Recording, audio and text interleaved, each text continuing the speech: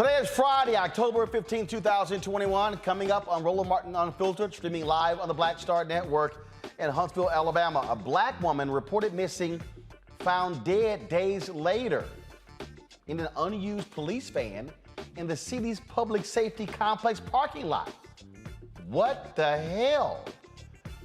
The new Texas map could pit two black lawmakers against each other. Congresswoman Sheila Jackson and Al Green costing one of them their job. We will be talking with Congressman Al Green about the GOP's plan. Another Texas teacher resigns after getting caught on video being stupid in a classroom.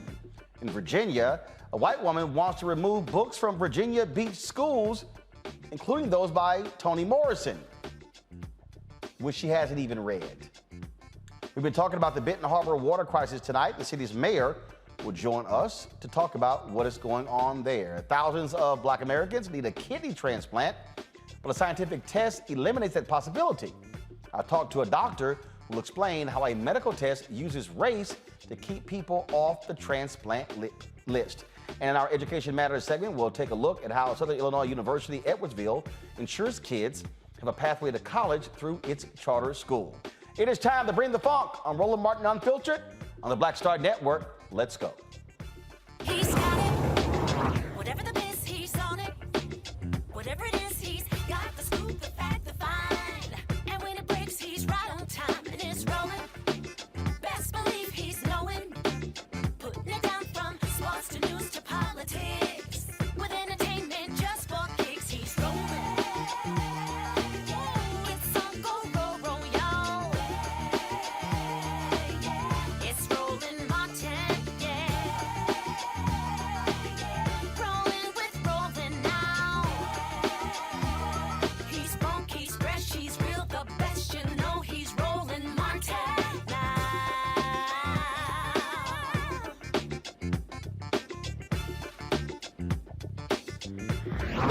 Martin. All right, folks, we have gotten used to some strange stories out of Alabama, and here is another one. A family is seeking answers after their missing relative was found dead in the back of an unused police vehicle in the parking lot of the police headquarters. On October 7th, Christina Nance's body was discovered in the unused vehicle outside of the Huntsville Police Department. Huntsville police say surveillance video shows Christina Nance entering the van at the city's public safety complex on September 25th, 12 days before her body was discovered. Now, the 29-year-old's cause of death has yet to be determined. However, the autopsy report says no foul play was involved. Now, Nance's family wants the surveillance video from the surrounding area released. I really don't know how our relative's body was found inside a police van on police property. And we need some justice, we need some clarity, and Christina cannot speak for herself. So today we have about 10 to 15 voices that's echoing. So Nance's family reported her missing 2 weeks ago. This is beyond strange. My panel, Michael Imhotep, host of the African History Network show, Kayla Bethea, communication strategist, and Brianna Cartwright, political strategist. I don't know what to say here, Michael. First of all, why would she be getting into an empty van, body found there, and Right. You mean to tell me no one even drove that van? A police van just unlocked and somebody just pops in? Well, see, once again, Roland, thanks for having me back. But this is crazy. Now, we don't know if the police van was unlocked. I've been reading this story. I haven't seen anything that says it was unlocked. Could have been unlocked. Could have been jimmied open. That's one of the first questions I ask. Okay, do you all leave police vans unlocked, or did somebody jimmy it open? Number one. Number two, you would think, I've never been in law enforcement, but I would think if I had been in law enforcement and a dead body showed up in the police van, okay, you would want to release everything that you have, regarding this case that does not compromise the case. Okay, so Yeah, there's a whole lot of questions to ask here. And then one of the other questions I have, and maybe you know this, Roland, looking at the reporting on this from the Griot, it talked about how Christina had been arrested for multiple nonviolent offenses over the past 8 years. What were those offenses? Is it believed that maybe those surrounding that, I don't know what the offenses were, but is there a belief that the connection to those offenses had anything to do with her death? There's a whole lot of questions here. It makes no sense, Kelly, what is going on here. And again, I'm just sitting here going, how does somebody spend that long in a police van and nobody notice? I couldn't tell you, because for what I know about police office locations and the like, there's rarely a time where someone is not coming in and out by way of going on patrol, going to a scene, what have you. And considering that you have to use these vehicles for transport on a regular basis, it baffles me as well how someone did not notice a body in a police vehicle. It is upsetting to me how, if it weren't for media like yours and other Black-owned media sources, this story would have been swept under the rug. Who knows how many other stories are like this one, in which a Black woman is in peril or even deceased by way of some shady police officer work. Not saying that happens all the time, but God knows how many times it happens and we don't know about it. So thank you for bringing this issue to light, and hopefully we can get some answers for the family. And Brianna, if you're this police department, you may want to be a hell of a lot more aggressive to figure out what's going on. How about conduct an investigation like you would if it didn't involve the police department? Right, Roland. That's the key part. We don't know where the forensic evidence is. They said that they see evidence. If that's the case, then release those surveillance. You know enough coming and going, and there's too many questions. And it's obvious right now that facts are being hidden, and we're unclear of the motives of why someone else would want to kill her, what the previous issues were, if there's mental health problems. It doesn't make sense. And if this local police does not want to investigate, then truly the FBI needs to get involved, because frankly, we've seen our people get shot in the street, already arrested, killed. There's so much distrust there. And so knowing this, they should be upfront and showing at least the surveillance video. It needs to be properly investigated, period. Yeah, I'm just not understanding, at all this. And look, it's a very, very strange story that we're going to continue to follow as best that we can. All right, folks, going to go to a break. We come back. We're going to talk about Texas and the redrawing of maps. This is happening all across the country. They could be pitting, Republicans in Texas could be pitting two Black members of Congress, the only two from Houston, against one another, causing one of them to lose their job. We'll talk with Texas Congressman Al Green about this issue. Next on Roland Martin Unfiltered on the Black Star Network.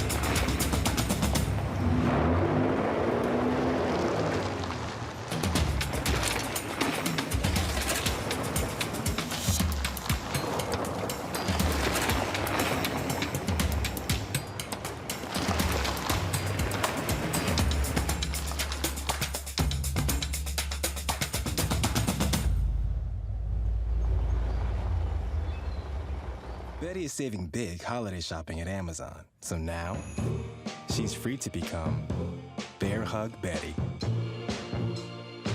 Settle in, kids. You'll be there a while. Ooh, where you going?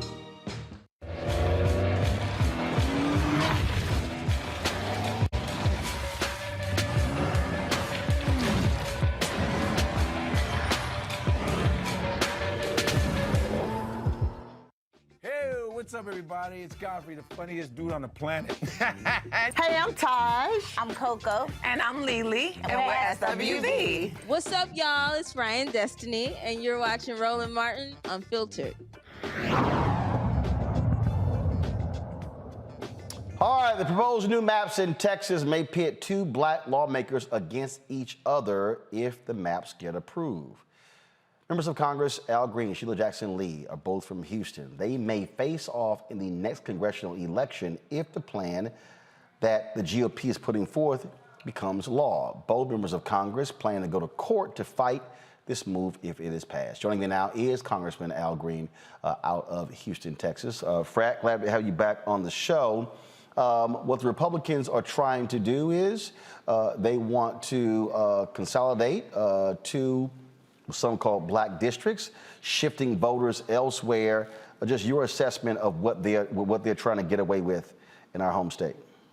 Well, if they can get away with it, what they would do is eliminate a person from Congress by gerrymandering the person who's been elected out of Congress. As you know, the House is very close, just a handful of votes separating the two parties. They pick up 2 additional seats here in Texas, gerrymander one person out, that's 3 seats in Texas alone. So we have good reason all over this country to be concerned about this type of activity, because if it succeeds here, it won't end here. And what we're seeing, not only this, so this is a headline in the Texas Tribune. Folks, go to my iPad. With surgical precision, Republicans draw 2 congressional districts that dilute power of Hispanic and Asian voters, because they've been getting their butts kicked in the Texas suburbs in Houston and Dallas, and so they are trying to maintain white power by screwing over minority voters in Texas. Absolutely. The 38th district that was drawn just outside of Houston is going to elect an Anglo Republican. It's designed to do such.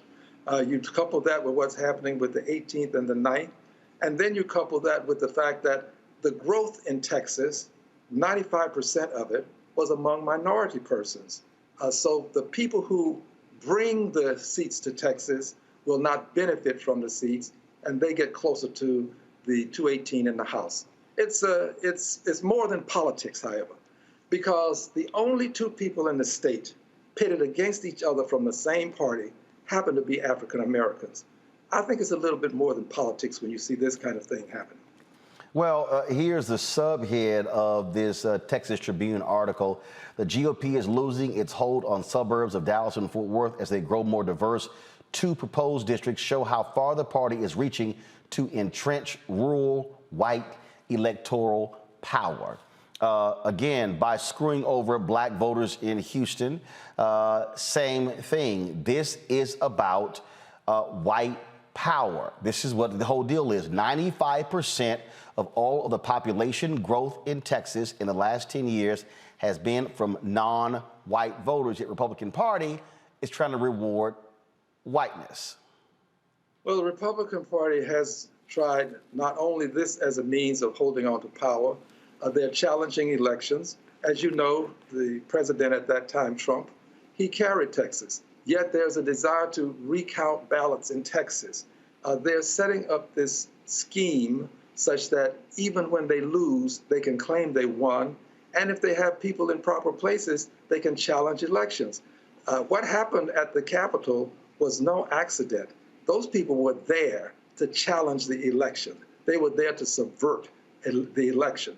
And if they had gotten away with it, only God knows what this country would be like today.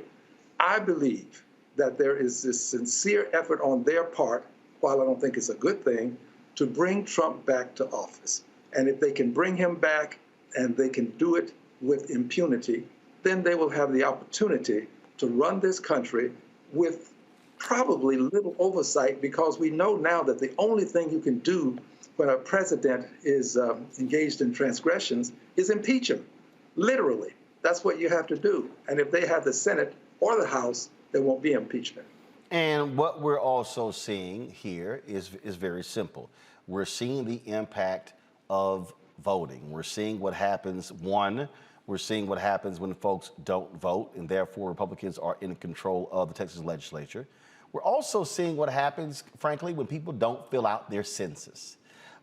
Because we reported yesterday about the undercount of black voters.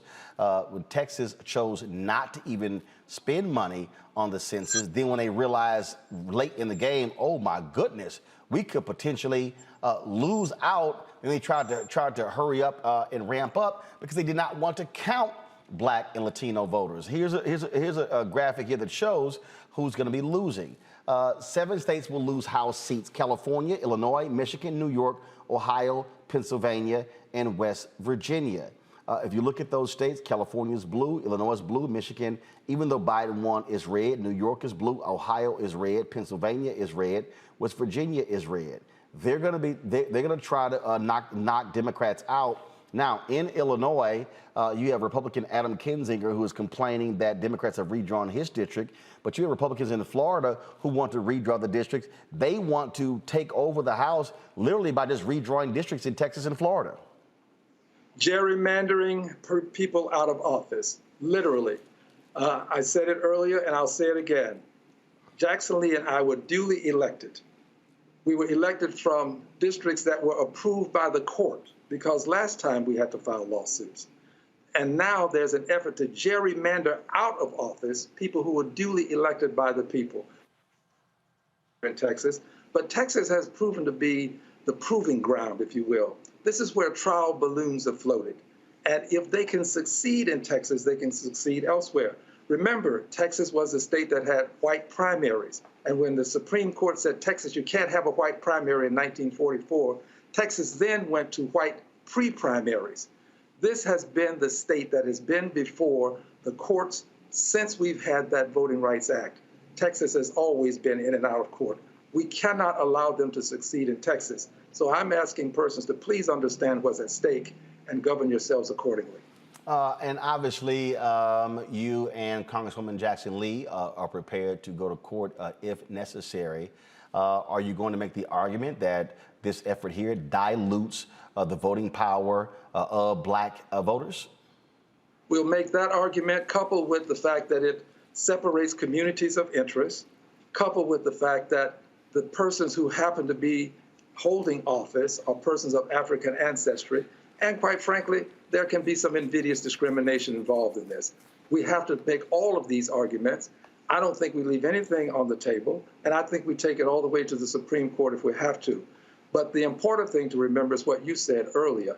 We must vote. We must vote. When we fail to vote and we lose the presidency and we see judges appointed to the Supreme Court using 51 votes, not going to cloture to get it done, then we understand how important this vote is. That Supreme Court is an entity that can make a difference in the lives of people. 435 members of Congress and 100 senators can vote to make something a law, and the Supreme Court, with 9 members, 5 of them voting for something, can change it. 5 people on the Supreme Court can undo what 535 members of the House and Senate have done. Questions from my panelists. I'll first start with you, Brianna. Yes, thank you. It's been very frustrating. I've been focusing on Michigan with Delta Sigma Theta Sorority Incorporated, and there's been a lot of open commission meetings and allow for us to submit our maps and discuss it and keep our community of interest together, so they say now. But I know in Texas, there's been a 95% of population growth from people of color, and it was centered in suburban communities. Knowing that, our maps should be drawn accordingly. I'm not as familiar with Texas's process, because I know everyone does it differently. And in Michigan, it was voted that we have commissions. But how involved was the meetings? How are they being ignored or not? How are they being told to people to engage? Just what is the process within, and is it still too late to bring people in to have our voices heard and keep our voices together? Because as we know, and as Roland said, there's power in our vote. And not only have they been restricting us to vote, but also, once we vote, they dilute it, right? And so we want to keep our vote and our communities of interest together. And so what has been the process up to this point, and how can we get more involved in Texas? Excellent questions. Let's start with the process.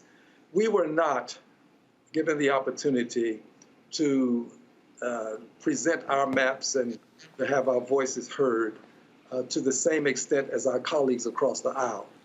They had an opportunity to meet and to confer, and literally they put together a map that Congresswoman Jackson Lee and I opposed. In fact, we went before the Senate and opposed it. In so doing, we discovered something about the rules. If there could be a change made, it would have to be made with the consent of all of the persons that might be impacted by the change. For example, if we wanted to move a line that impacted a district that might be adjacent to my district, I'd have to get the consent of that person.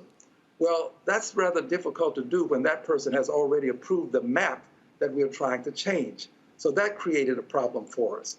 With reference to the House, we did get to the House in time. We spoke before the House this week, and we got there such that we could ask for the opportunity to present a map.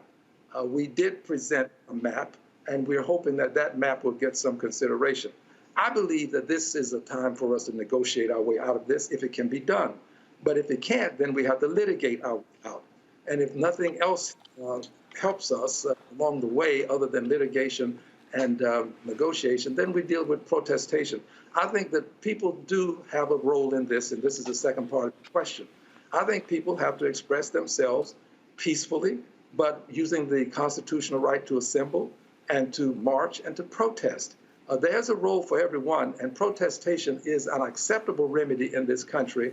I beg that it be peaceful protest. I'm a real staunch believer in peaceful protest. I also would add this final thing. As we're doing all of these things, and I thank you for asking the question about what we can do, I think people have to also contact people, let people know where you stand. There's nothing wrong with letting people know where you stand in this country. I can't tell you who to call, but I can tell you that you've got the right to call and also to send emails. These kinds of things work, and I would hope that people would give some consideration. Kelly, your question. Thank you, Representative Green. First and foremost, it's a privilege to speak with you, and thank you for your service on the Hill.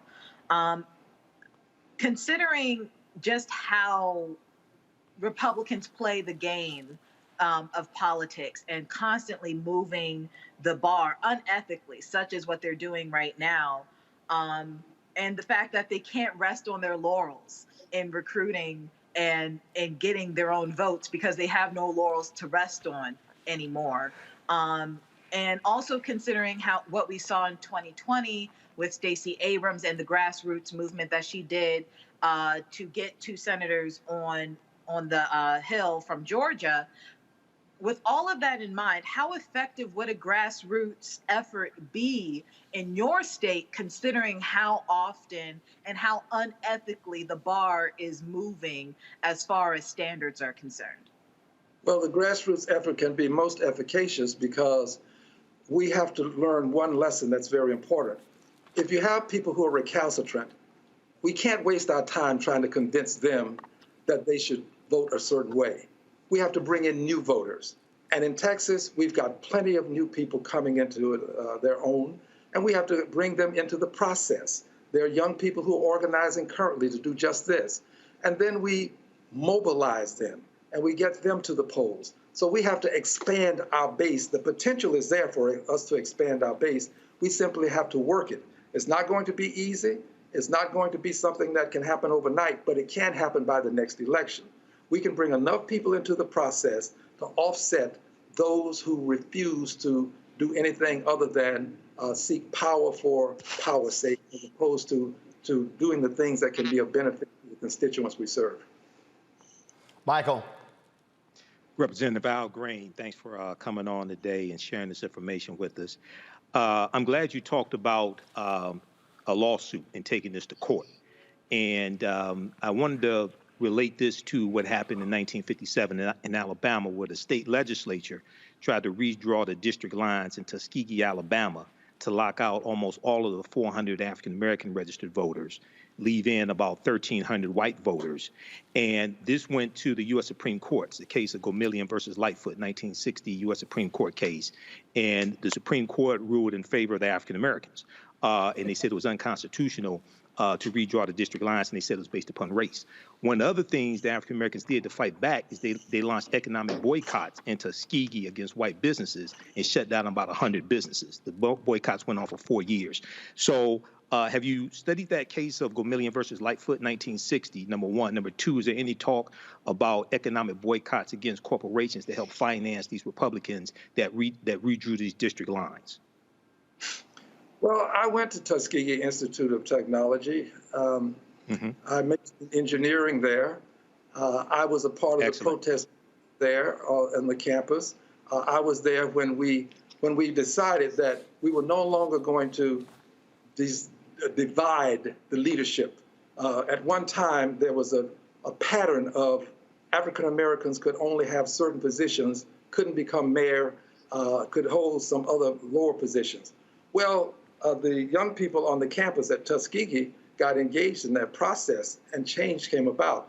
So I'm familiar with Tuskegee, but I'm also very much familiar with the fact that you can engage in selective bargaining. I was the president of the Houston branch of the NAACP for about a decade. One of the things that we learned early on that you have to be very careful with your language. People can choose to buy from whomever they want, but you have to be careful how you style that buying. I think the NAACP in Houston is very much active and is looking into means by which we can marshal our forces, make sure we get people registered to vote, and make sure we get them to the polls on election day. All right. Congressman Al Green, we will be watching this story very carefully to see what happens there in Texas. We appreciate it. Thanks a lot. Well, thank you very much. Please, everyone, encourage people to vote. That's going to be very important. All right, Congressman Al Green of Houston, thank you so very much. All right, folks, got to pay some bills, and we certainly want to appreciate our sponsors, Amazon, Buick, as well as Nissan, for being partners with us here at Roland Martin Unfiltered and the Black Star Network. When we come back, our Black and Missing person of the day, showing you, trying to make sure that she gets returned home, and they've started jury selection in the case of the man accused of murdering Ahmaud Arbery. We'll tell you all about that when we come back on Roland Martin Unfiltered on the Black Star Network.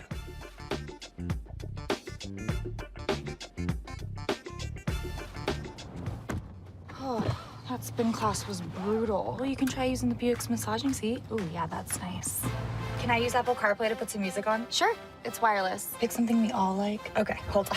What's your Buick's Wi-Fi password? Buick Envision 2021. Oh, you should pick something stronger. That's really predictable. That's a really tight spot. Don't worry, I used to hate parallel parking. Me too. Hey. Really outdid yourself. Yes, we did. The all-new Buick Envision, an SUV built around you. All of you. Once upon a time, there lived a princess with really long hair who was waiting for a prince to come save her. But really, who has time for that? Let's go. I'm feeling myself. She ordered herself a ladder with Prime one-day delivery, and she was out of there. I want some hood girls looking back at it and a good girl in my tax bracket. Now, her hairdressing empire is killing it. And the prince? Well, who cares? Prime changes everything. I'm Bill Duke. This is Diala Riddle. What's up, y'all? I'm Will Packer. I'm Chrisette Michelle. Hi, I'm Chaley Rose, and you're watching Roland Martin Unfiltered.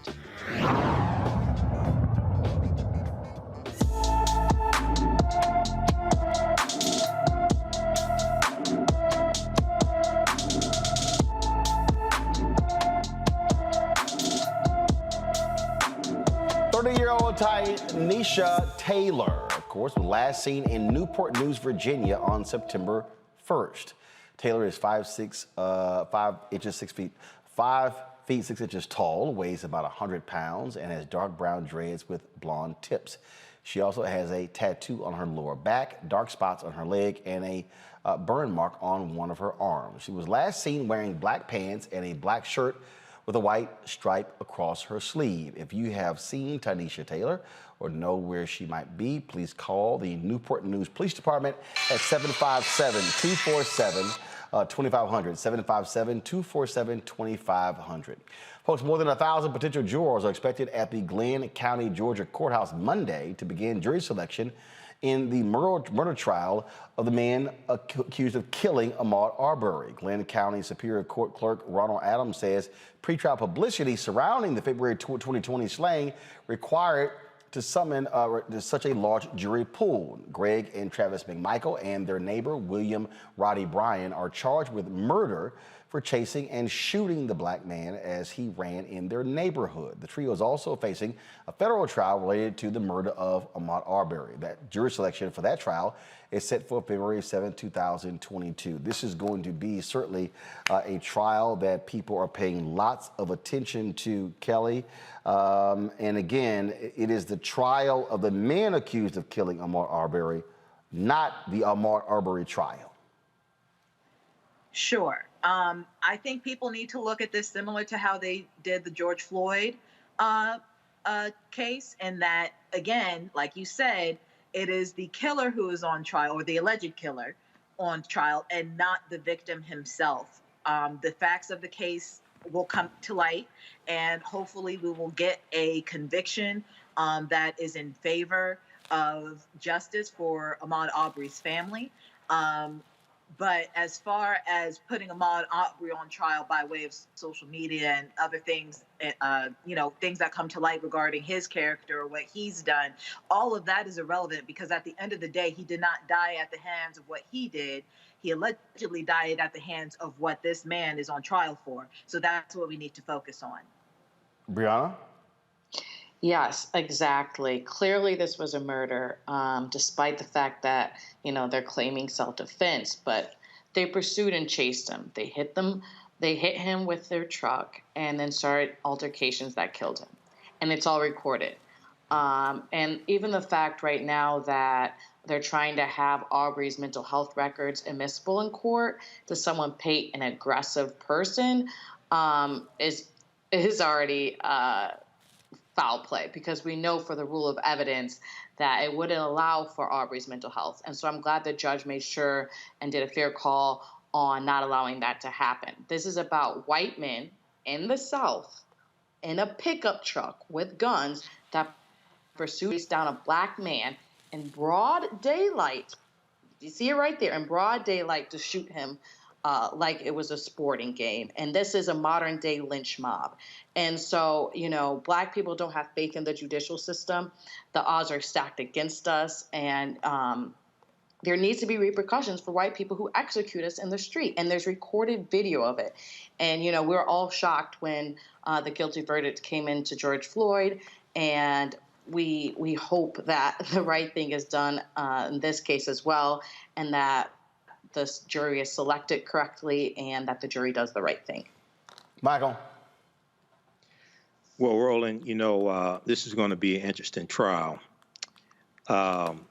You just had last week, you had Travis McMichael, who did not want the Confederate battle flag vanity plate on his truck at the time that Ahmaud Arbery was killed. He does not want that admitted into evidence, even though that was on his truck at the time Ahmaud Arbery was killed. You have their defense, who wants to enter into trial the fact that Ahmaud Arbery was on probation when he died, like that has something to do with him being killed and you chasing him. You didn't know that before you chased him and hunted him down like a dog. And then they want Ahmaud Arbery's mental health records to be admitted into evidence as well. But, white supremacy will make you crazy, especially in Georgia, which has the largest Confederate monument in the country. It's called Stone Mountain. So this is going to be an interesting trial, but 1,000 jury notices sent out. This is another reason why it's important to register to vote, because you can only get a jury notice if you're actually registered to vote, because that's where they get the names and addresses from to send the jury notices to. Okay, so this is also an example of the electoral process as well and the importance of it. Let's talk about this Minneapolis trial. A former Minneapolis cop charged with the death of Dante Wright during a traffic stop will be using "it was an accident" as her defense in her upcoming trial. Kim Potter is charged with first-degree and second-degree manslaughter after she shot and killed Dante Wright. Her attorneys may argue Wright's death was an innocent accident or an innocent mistake during the November trial. Potter thought she was drawing her taser, not her gun, when she fired at Wright. Prosecutors plan to show that her use of force was reckless and endangered Wright. The trial is set to begin November 30th. Okay, I get it, Michael, saying it's an accident, but somebody still died. Absolutely. I mean, you can, my bad, but he's still dead. Right. Well, this is what I said she was going to say. I told my listeners this. I said she's going to get on the witness stand, break down crying. She's going to have a Bible. She's going to say, "I didn't mean to kill that boy. I feel so sorry about his little baby," all this stuff. And this is what was going to happen. Well, let's keep in mind, Betty Shelby, in Tulsa, Betty Shelby rehearsed her testimony about 1,000 times. Betty Shelby is now teaching officers how to get off. Betty Shelby was the only officer who fired a gun. She was there with other officers. She felt so threatened, she had to shoot Terrence Crutcher. She was the only one who fired her gun, and she's a free woman teaching other officers how to get off. Now, hopefully, this officer here is Kim Potter is convicted, but I ain't, watch whiteness work. I ain't so sure about this one here. Yeah, I'm there, Kelly. The reality is we've seen numerous police officers get away with stuff. We absolutely have. And this is kind of what I was afraid of when it came to the George Floyd case. Don't get me wrong. I am happy and pleased with the outcome of that case, and that, the right man was convicted and sentenced properly. Although the length of the sentence is neither here nor there, but the justice system worked in that one case. But look at the facts of George Floyd case. Everything had to be perfect, above reproach, and beyond the standard of beyond a reasonable doubt in order for Chauvin to be convicted. In this case here, we're talking about a woman who is claiming that there was an accident, even though accidents happen every single day and people get jailed for accidents every single day. We are still dealing with, like Michael said, whiteness, and not to mention white womanness, in that, she's an empathetic, may I say, sympathetic character when it comes to juries, jury selection, and even judges' decisions in court. So that is my issue here. The fact that it is not always going to be a perfect case. It is not always going to be something that is, all T's crossed, all I's dotted in the worst way, meaning there's no way you can say that this person didn't do it without malice, et cetera, et cetera. She still killed somebody. Whether it was accident or not, she had a duty not to do her due diligence and make sure it wasn't a gun that was in her hand. At the end of the day, someone still died and someone still needs to be held accountable, and it should be her. Brianna? Yeah, so my whole thing is not talking about it as an accident. I've discussed this case with a sheriff, and most police officers are trained to carry the taser on the opposite side of the gun, so they do not make that mistake. And so I do not think that's going to hold in court. But as it's stated, legally, even if it was an accident, manslaughter is still something that they can be charged for, and definitely they're accountable for taking a life. And so to see how it plays out is going to be very interesting. But sorry, I made a mistake does not allow for the officer to be let go. And so, it's interesting. Officers are trained how to deal with the public, but we aren't necessarily trained how to deal with police officers. I do think that we should have part of our driving training process, how we should go into some of these situations. I don't think that's going to solve it entirely, but it is something that we need to start talking about. We just, as Kelly said, a year ago, we watched George Floyd murdered. And so that memory's been seared into our souls. And, we still need justice, Of course, we got the guilty verdict, but that is not enough. And so, as we speak previously, Roland, the George Floyd Act, and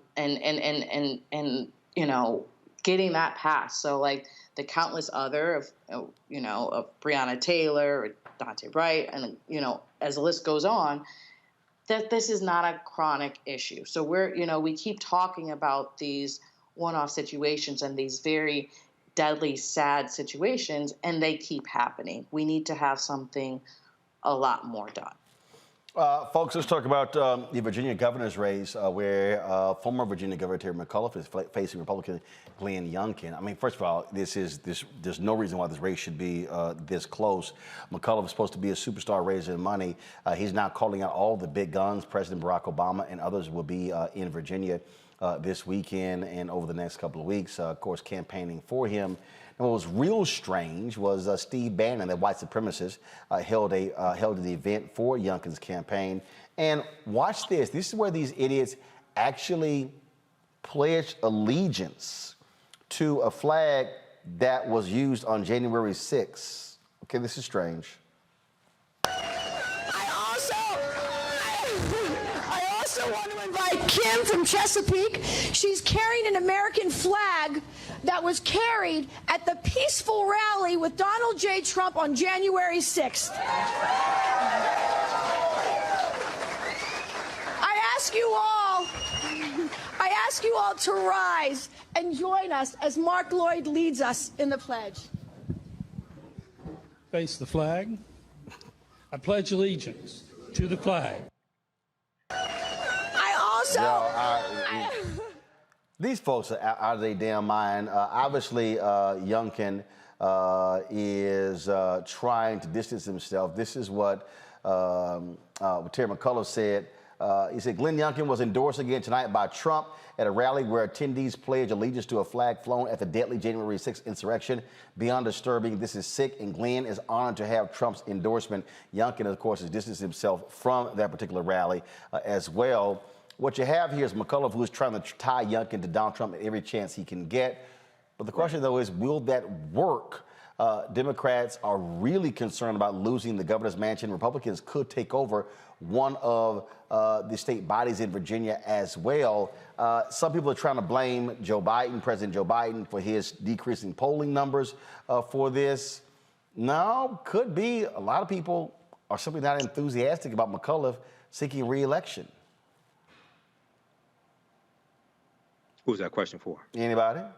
Well, yeah, I think that's very interesting that you said that, because on the one hand, you've got Terry McAuliffe, and he's got a vision for Virginia's future, and every single person has a chance to succeed, where working families get the support they need, and where voting rights and healthcare access aren't even in question anymore, right? We have that, right? We have the Democrat.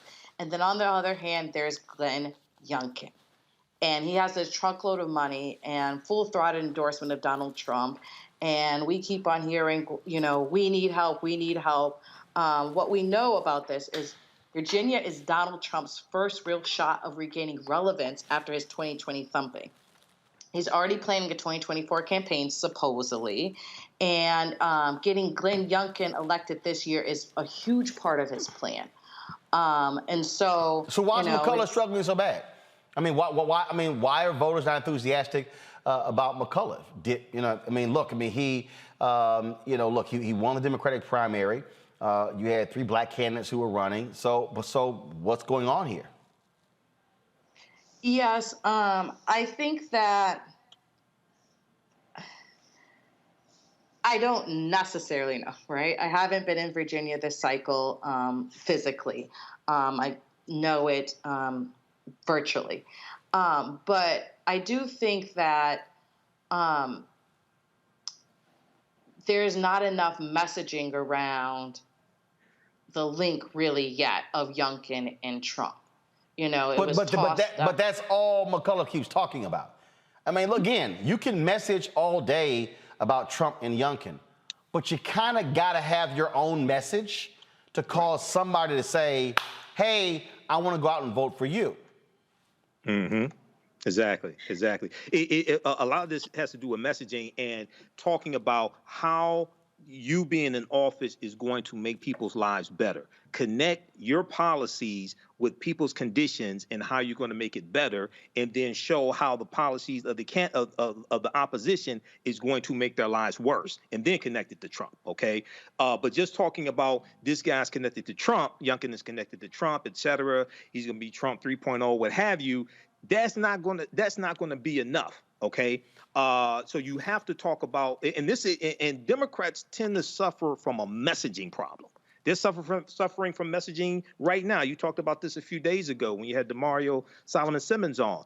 They should be talking about how the $1.9 trillion American Rescue Plan that only Democrats voted for in the House and the Senate are helping people in Virginia right now and helping Americans. No Republicans voted for that bill. The $46.5 billion of rental assistance for renters and landlords is only because of Democrats. No Republicans voted for that bill. That's in the $1.9 trillion American Rescue Plan. So you have to connect policies and your administration to people's conditions and their lives. I mean, I live in Virginia, Kelly, and I don't know what the hell McCullough's message is. I know. I don't. I mean, your message can't be, "Hey, that dude's with Trump." Right. You kind of gotta have something more. I don't even know what his message specifically to African Americans is. Mm-hmm. And you know, I don't live in Virginia, but I live in D.C., which means I get a majority of the commercials for this gubernatorial race, even though I live in D.C. And you're absolutely right. You do not hear a clear message coming out of McCullough so much as you hear a "I'm not Trump, therefore you should vote for me" message. And people are forgetting that, you know, and Virginians aren't forgetting, and I think this might be the crux of the issue. He was already governor. He's running again for governor. Northam is the in-between between him and whoever the next governor is going in Virginia, the Virginia Constitution limits you to one term. One term. Now, frankly, I think that's stupid, but limits him to one term. Right, so he was governor. Northam became governor. Justin Fairfax, lieutenant governor. Many said he was going to be the favorite to run. Then he had 2 allegations of sexual assault against him. Neither one was proven. There was no impeachment hearing. The 2 women who made the allegation didn't even file any complaints with the district attorneys. The 2 black DAs who said they would actually investigate it in Boston and North Carolina.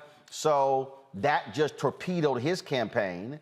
You had a couple of other African Americans who ran. They didn't make a dent as well. So McCullough, he then runs. Name recognition and the money, wins the nomination. But you got to have something else there. I don't know what's there. No, yeah, and exactly. Hold on, Brianna, 1 second. Kelly, go ahead. No, but that is exactly my point. You cannot run a campaign, any campaign, just on your namesake alone anymore, especially in the Democratic Party, because frankly, Democrats are fed up. And a lot of people also forget that Virginia, if it weren't for Northern Virginia being Alexandria, Arlington, everything kind of sort of surrounding D.C., Virginia would be a very red state. And Terry McAuliffe would not have a chance in hell of winning if it were not for that population basically evening the scales as far as who can win or not. So you have to keep that in mind when you talk about these numbers. You have to keep that in mind when it comes to fundraising and why he's not getting the fundraising and all of those things. But on the other hand, you have Youngkin, who is straddling his own kind of fence in that he's supportive of, Trump and getting his recognition and his endorsement.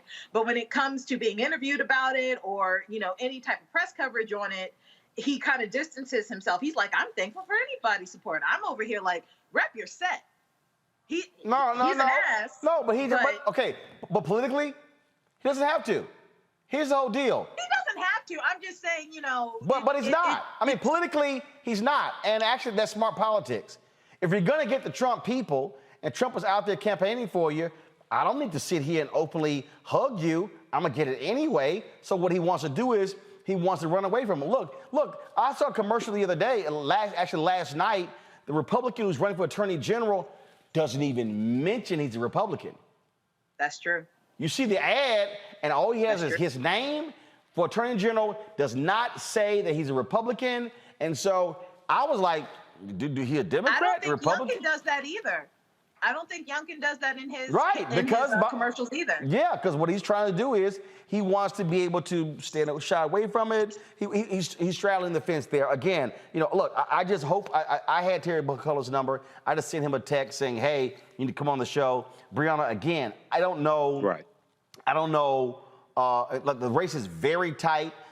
Some have it within 3 points, within the margin of error. You would think that this is a safe state for Democrats. Bottom line is, and I warned people about this in 2016, okay? Look, this whole deal with Fox News and critical race theory and all that BS and all these white folks going to school board meetings all pissed off, there's enthusiasm on the Republican side. You cannot underestimate enthusiasm. If they turn out and you've got lackluster turnout on the Democratic side, McCullough goes down. Republicans control the governor's mansion in Virginia.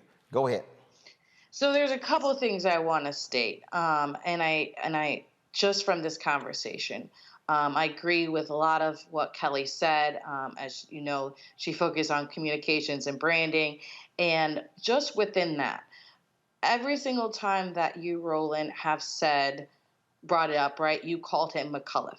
If you even go back to his logo, right, for this campaign, it says Terry, right? So when Kelly says that, I don't think many realize it's the same person who's been in office.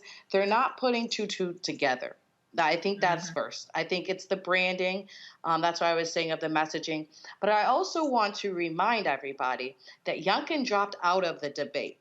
So every gubernatorial candidate since 1985 has participated in the debate, and it didn't occur, right? And so, it probably is because, How many folks saw the previous debates? I mean, is that going to actually result in losing votes? No, but as one thing you were saying is like you haven't heard enough about his platform. A lot of times that comes into play when you have the debates, and I'll say from the campaign side, people take clips from that and run it, even within the campaign for ads, or even people like, oh, he said this, and then you start talking about the platform, but there hasn't really been that space in this campaign. And so it has, as I agree with you, Roland, been very concentrated on needing this money to get the message out because of the bad man, right? And I think, the thought behind it is, in 2020, people came out to make sure that the bad man didn't win. I don't think there's a big enough connection for people to understand that this is still part of what that was in 2020, right? Because as you know, Roland, 2020 didn't start in 2020. 2020 started in 2016. And those people who created the awareness around what we needed for 2020 were frankly tired. And they don't want to keep getting beat over the head of like, Trump is bad, Trump is bad, Trump is bad. We got it. We got him out. Let me rest. Is kind of in a lot of the back of the heads of people who... But he's not on the ballot. Again, you can invoke it, and I know McCullough is doing, you can invoke it, but it's not on the ballot, unlike in 2020, which helped down ballot candidates. All I'm simply saying is this race is extremely tight, so I don't know where Terry McCullough is spending all this money, and I can tell you right now, I have not heard, even among African Americans, again, I go back to enthusiasm. Democrats are going to lose if they do not shore up the enthusiasm gap. The right, and I agree. The right is pissed off because they lost. And you can't just go, oh, okay, y'all come on out. No, it's gonna matter. All right, folks, got to go to a break. When we come back, we're going to talk about Benton Harbor, the water crisis that's happening in that particular city. We'll talk with the mayor of Benton Harbor, Michigan, next on Roland Martin Unfiltered. Don't forget, folks, you can download the Black Star Network app, available on all platforms, Apple TV, Apple phone, Android phone, Apple TV, Android TV, Roku, Amazon Fire Stick, Xbox, Samsung as well. And be sure to join our Bring the Funk fan club. Every dollar you give goes to support this show. Cash App, $RM Unfiltered, PayPal is R Martin Unfiltered. Venmo is RM Unfiltered. Zelle, Roland at RolandSMartin.com.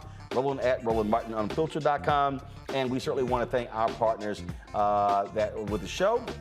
Amazon, Buick and Nissan, and beginning on Monday, Verizon will be one of our partners, and they'll be sponsoring our business segment, our marketplace segment on Tuesdays, and our Tech Talk segment on Wednesday. And so we certainly appreciate that. We'll be back in a moment.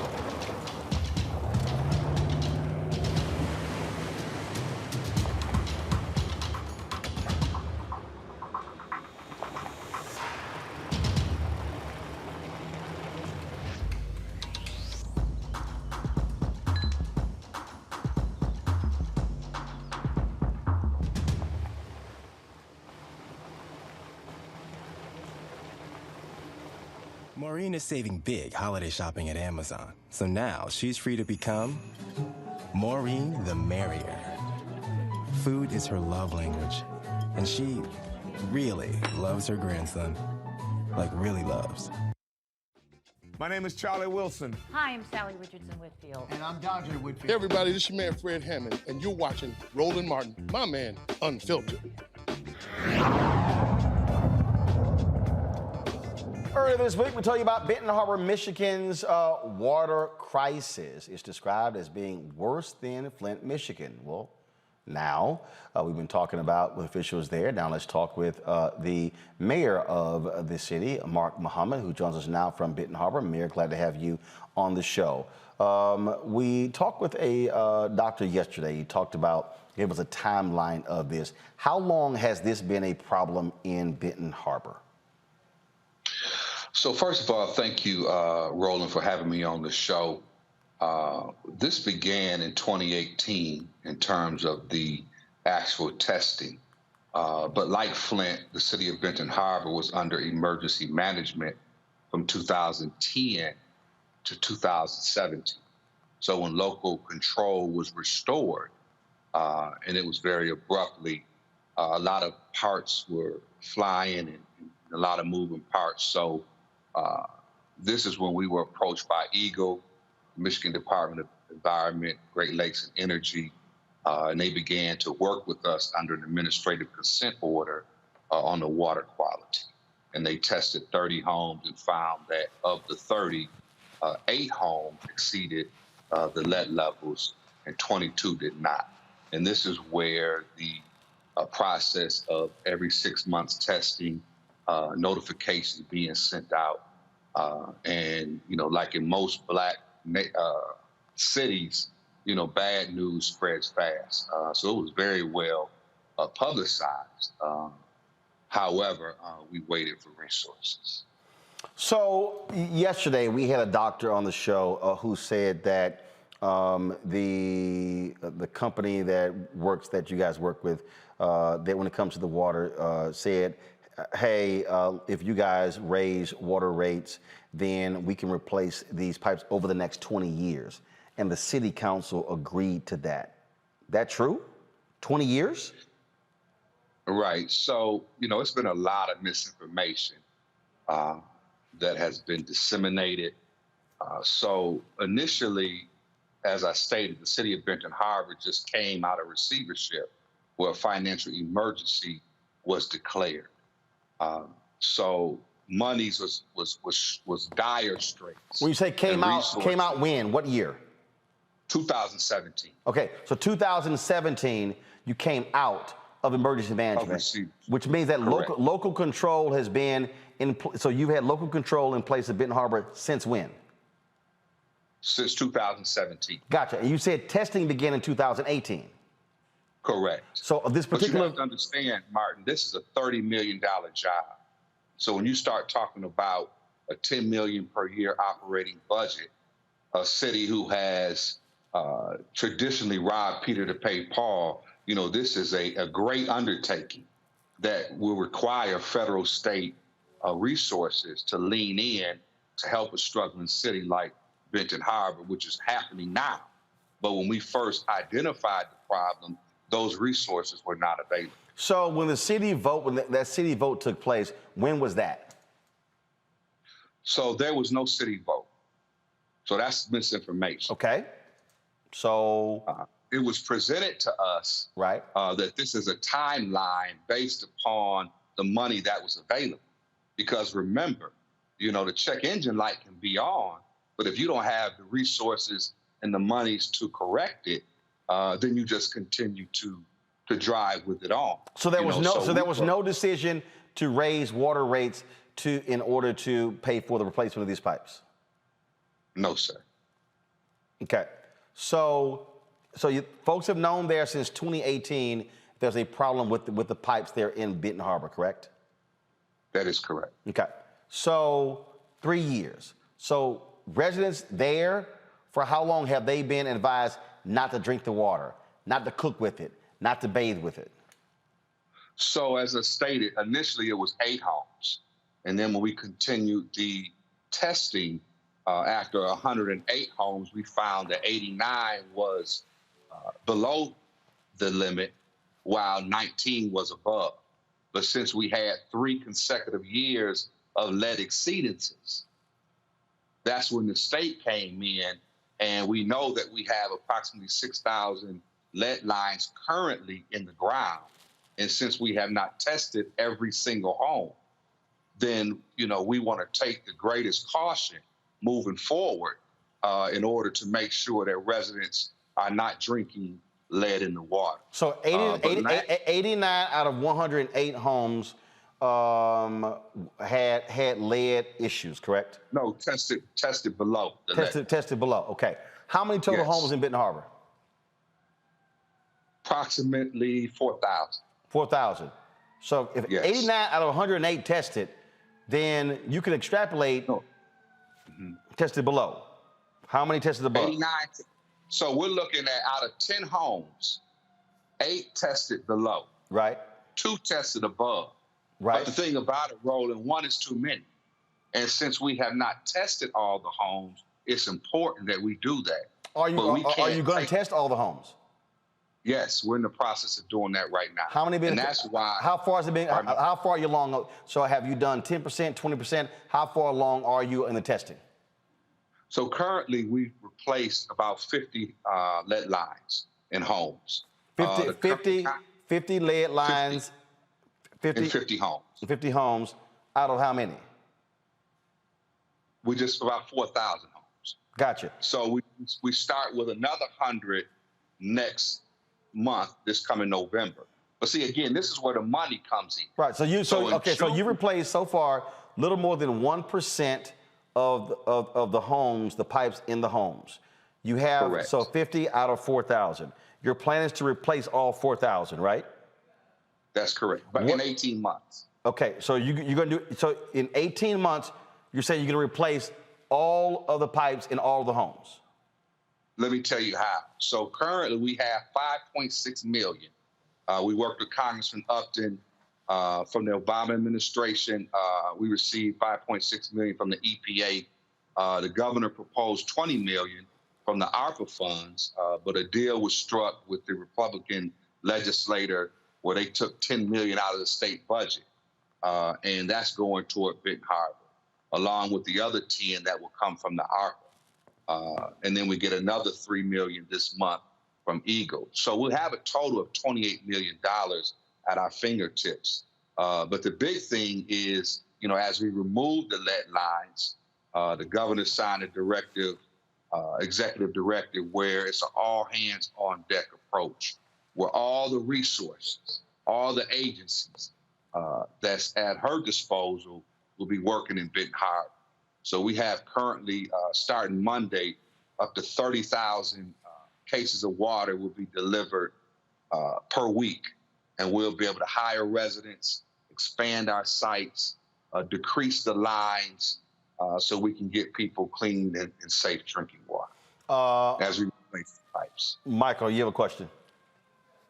All right, Mayor Muhammad, I'm here in Detroit, so we're neighbors, man. Thanks for coming on today and explaining this to us. Question for you, in replacing the pipes in 4,000 homes, can you explain a little bit who's doing the replacing? Is this contracted out to companies, or is this the state, or what have you? And if it's contracted out to companies, are there opportunities for African Americans to get contracts and maybe employ African Americans, et cetera? And also, how can people watching around the country help you all as well? I know you need water and different types of things like this. How can people help also who are watching? Thank you for that question. So the $5.6 million that we currently have, we just awarded $500,000 of those dollars to a local Black contractor, Meeks Construction. And we hope to continue to work with other local contractors in the process. But one of the things that we have coming from the arm and muscle of the state is the $20 million there. They're going to work with us in the procurement process because we don't have time at this point. As Roland stated, we've already dealt with 3 years. We lost a year with COVID. 2020 just basically wiped out the little progress that we started to make in 2019. But now, we have to move aggressively. So the state is going to help us with that. But I did share with the Lieutenant Governor that we have a 25% clause in our city ordinance that 25% has to go, the work has to go to local residents. So, we're going to do all we can to make sure that local people work. However, as the mayor of the city, I'm responsible and I'm owning. I didn't put the lead lines in the ground. I'm not putting the lead in the water. However, I'm responsible for cleaning it up and solving this problem once and for all. Right. And how can we help?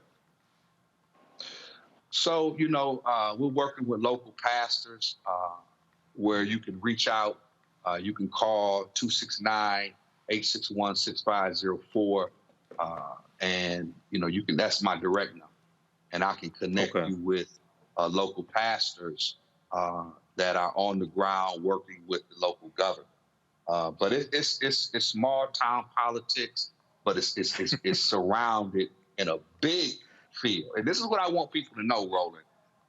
Benton Harbor is surrounded by 4 bodies of water: Lake Michigan, the Paw Paw River, St. Joe River, and Ox Creek. We have 625 acres of virgin riverfront property that's poised to be developed, about 400 million as it stands. So I don't want for people that's watching, even though we're dealing with a water crisis, from years of neglect and abandonment and lack of resources. But Benton Harbor is by far from a toxic dump. Whirlpool Corporation is their global and their North American headquarters, along with a host of other developments. So great work is taking place, but this is something that has to be handled and dealt with right now, once and for all. Okay. Mayor Mark Muhammad, we certainly appreciate it. Thanks a lot for joining us. Thank you so much, Roland, for the opportunity. All right, thank you so very much. Got to go to a break. When we come back, we're going to talk about African Americans and transplants. What's going on where we're not making transplant lists? We'll explain next on Roland Martin Unfiltered on the Black Star Network.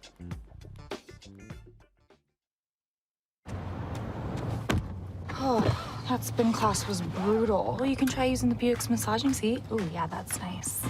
Can I use Apple CarPlay to put some music on? Sure, it's wireless. Pick something we all like. Okay, hold on. What's your Buick's Wi-Fi password? Buick Envision 2021. Oh, you should pick something stronger. That's really predictable. That's a really tight spot. Don't worry, I used to hate parallel parking. Me too. Hey. Really outdid yourself. Yes, we did. The all-new Buick Envision, an SUV built around you. All of you. Once upon a time, there lived a princess with really long hair who was waiting for a prince to come save her. But really, who has time for that? Let's go. Feeling myself. I'm feeling She ordered herself a ladder with Prime one-day delivery, and she was out of there. I want some hood girls looking back at it and a good girl in my tax bracket. Now, her hairdressing empire is killing it. And the prince, well, who cares? Prime changed everything. But I'm back at it and I'm feeling myself. Hi, I'm BB Winans. Hey, I'm Donnie Simpson. What's up? I'm Lance Gross, and you're watching Roland Martin Unfiltered. Black Americans make up 13% of the population, but account for a third of kidney failures in America. African Americans have high rates of high blood pressure and diabetes, which exacerbate kidney failure symptoms. More than 30,000 African Americans are waiting for an organ. More than 28,000 are waiting on a kidney. Last year, over 8,000 organ transplants were performed on African Americans. More than 2,000 of those donors were black. One of the tests used to determine the need for kidney transplants, the glomerular filtration rate, or EGFR test. It raises kidney function for black patients up to 16%. Now, why would the kidneys of African Americans function higher than any other group? To answer that question, the attending nephrologist and assistant professor of medicine and epidemiology at the University of Pennsylvania, Dr. Let me get this right, Micah Anania. Did I get it right? Enania, pretty close. Okay. Pretty close. Thanks for having me on. Glad to have you here. So explain what this issue is, because you know there are a number of African Americans who have kidney issues, and so explain this test and what the whole problem is. Yeah, so it's pretty complicated. I'll try my best to make it very simple. So there's a test, a lab test that is called EGFR, like you said, that is an estimate of how well somebody's kidneys are functioning. And the kidneys primarily remove waste and extra water from the blood. And so the EGFR number, how we explain it when we see patients, or how I explain it when I see patients, is that if the EGFR is, let's say, 60, I say your kidneys are working about 60%. Now, this equation was developed 2 decades ago, and what they found was that African Americans had a higher biomarker. We use creatinine in these EGFR equations. It's a biomarker that we all have in our bodies that detects how well our kidneys are working. African Americans in that study had higher creatinine levels compared to all of the other racial groups that were looked at, primarily white individuals. And so what they did was to introduce a multiplication factor to account for that difference. And so what happened, as you stated, is that most laboratories and institutions report 2 EGFR numbers, one for African Americans, which is usually 16 up to 21% higher than non-African Americans. And so there's usually 2 EGFR values that are reported in the lab. So, for the person who is sitting at home who's saying, okay, how does this impact me? What can I do about it? What do you tell them?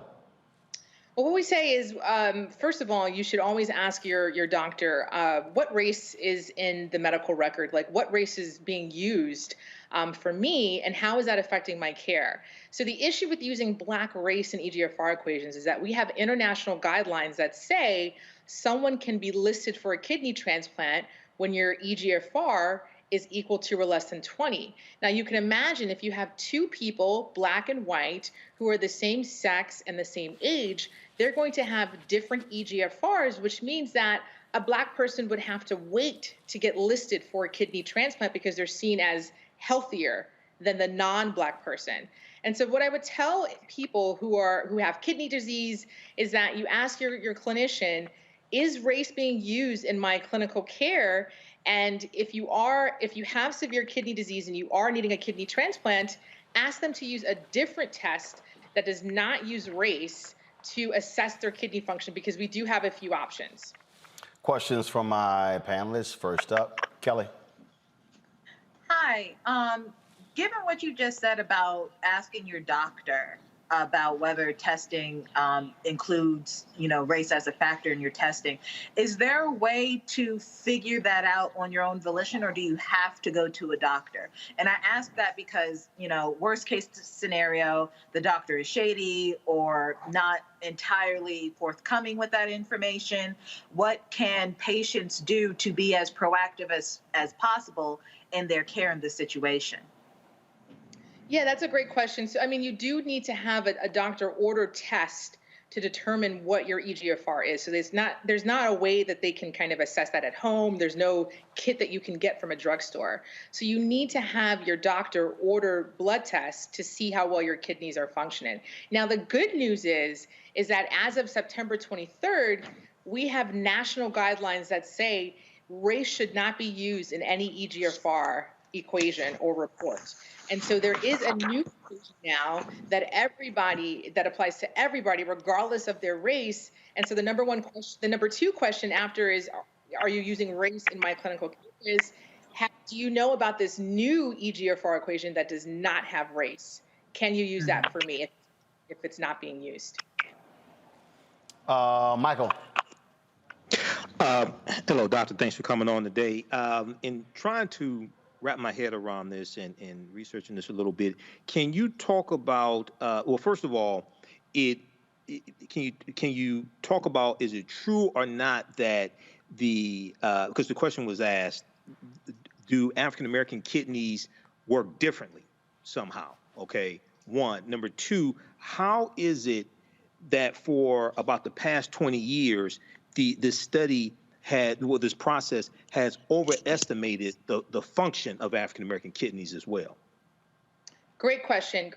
So absolutely not. Black kidneys work the same as every other racial group. We have studies that have shown that. We have the Human Genome Project that was published in 2003 that shows that biologically or genetically, we are more similar in between racial groups than within racial groups. So there should be no reason why African-American or Black patients have different kidney function. That's one. To answer your second question about why was this being used, well, it was being taught that African-Americans, for instance, had more muscle mass than every other racial group, and that affects creatinine levels. And so we were taught in medical school that biologically, Black people are more muscular, and therefore their creatinine levels, which are used in EGFR equations, are higher. And it was really medical students that have kind of catalyzed this racial reckoning in medicine, where they were being taught this kind of fallacy of Blacks having more muscle mass, and they totally challenged the status quo. There were a group of medical students at Harvard Medical School that actually threw out race in their EGFR reporting systems at Beth Israel Deaconess in Boston. And so that started the movement. And then with organizing, petitions, my scientific advocacy, some research, we really moved the needle quickly over a year's time to come up with a new equation to get rid of this flawed practice. Wow, thank you. Brianna. Absolutely. Yes, thank you, doctor, for coming on and enlightening us on this very important issue. I just have a couple questions. One is, how do you verify if race is used once you ask the question, for example, and then they say no? Is there a way for you to double check? And then also, would this still be an issue if Black doctors are being used? Are Black doctors aware of this and would be less likely to take race into effect when determining the care for your kidneys? So to answer your first question, I think an easy way after you ask your doctor is to say, can you just print up the labs for me so I can look at them and go over them with my family or with myself at home. That's a nice way to verify so you can actually see how it's being reported in that doctor's office or that hospital. That's one way to do it. I think that's the best way to do it. And then the second question is, having an African-American physician help with looking at clinical care in a health equity lens? And I would say absolutely. You know, I trained at a historically Black medical school, Meharry Medical College, and we learned about the social determinants of health. So really, if we could go back in time and look at that original study, what we should have done is incorporated things like diet, medication. Those are the things that can really affect creatinine levels and would have affected the EGFR equation. So what we really should have done is introduced health equity at that time and looked at different social determinants of health that can actually, you know, cause racial differences. And we know that for a fact. I mean, Dr. Du Bois published the Philadelphia Negro in 1899 that showed it was social inequalities that led to racial health inequalities. And so I think, you know, many Black physicians are more attuned to looking at clinical care with a health equity lens. So I do think it's powerful to have more Black physicians caring for patients. All right, then. Well, Doc, we certainly appreciate it. If people want to just get more information on this very issue, where should they go? What site should they go to?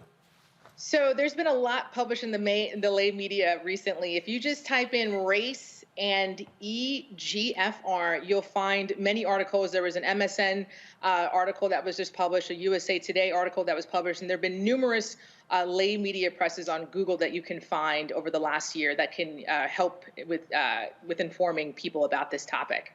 All right, then. We certainly appreciate it. Thanks a lot. Thanks so much. Thanks for having me. All right, then. Folks, got to go to a break. When we come back, teacher in Texas uses the N-word. See you later. And what the hell is this one administrator talking about that if you're going to teach about the Holocaust, you should teach the other side? There's another side. That's next on Roland Martin Unfiltered.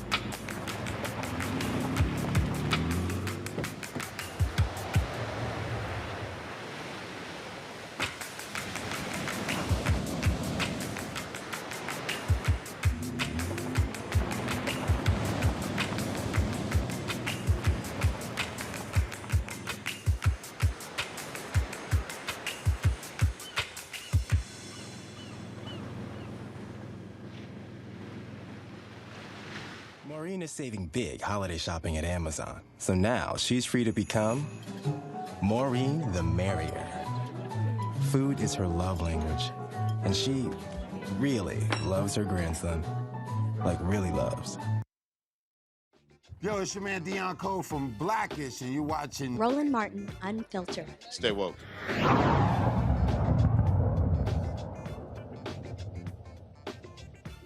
Well, here you go, folks. You know what time it is.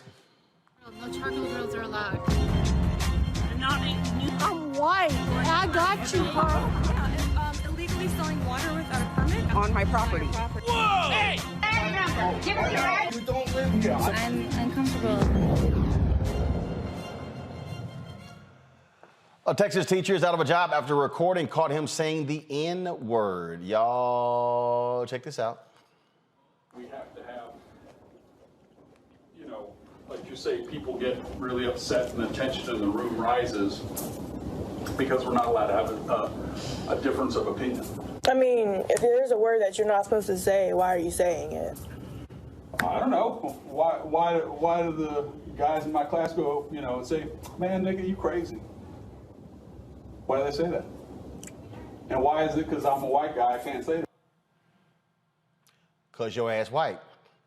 Norman Grunich, who is now a former teacher at Klein Collins High School in Spring, Texas. Yeah, you heard him. Guess what? He ain't got a job. Klein ISD released the following statement about the incident. They said, in Klein ISD, we pride ourselves on our ability to create safe spaces for every child in our schools. The former employee failed to do that and is no longer employed in Klein ISD. The statements made by this former employee do not reflect our district shared vision, our employees, or anything about Klein ISD. We regret that our students were impacted by this language, and if any of them would like to talk to any of our counselors, we will make them available. Every child deserves to feel safe and have a positive learning experience at school. We are deeply sorry that this former employee failed to do this for our students. This incident is still under investigation at this time. Kelly, really? I'm just saying, do we actually need a debate on this one? Dude. What girl? I can't say it. Now hold up. Now, since you no longer have a job, now you know why. I mean, but not only that, a couple things here. One, why are you upset that you can't say the same thing as a minor who probably doesn't understand the gravamen of that word in the first place either? You know, like, the responsibility scales have shifted here. You are the adult and you should know better. Why are you trying to stoop to the level of a student who doesn't? Just point blank on that one. But on a larger note, it just baffles me how white people cannot fathom a world in which they are not allowed to do something or not allowed to say something because they are so used to being in a position where they are telling other people what to do and telling other people what to say, so that when, you know, something as egregious and as offensive and historically wrong as the N-word is coming out of their mouths, and they know that, they still can't envision not being able to say it. That is baffling to me on many levels, not just because they are white, but that is a psychological issue to me. Michael? Roland. He's a dumbass, okay?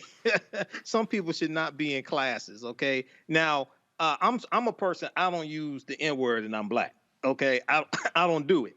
But when you go and research this, and once again, this is in Texas as well, you know, and there's some crazy things going on in Texas.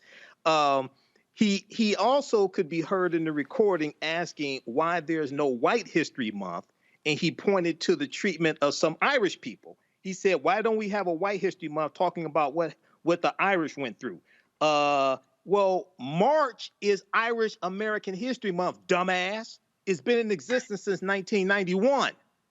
Okay? The U.S. government recognizes Irish American History Month. This is what happens when you have unqualified people in the classroom. So, yeah, he should be fired. And this is another example of why America needs a massive history lesson as well, especially in Texas, which is a former Confederate state that came into the Union in 1845 as a slave-holding state. These are some crazy times, and history's repeating itself also. Brianna?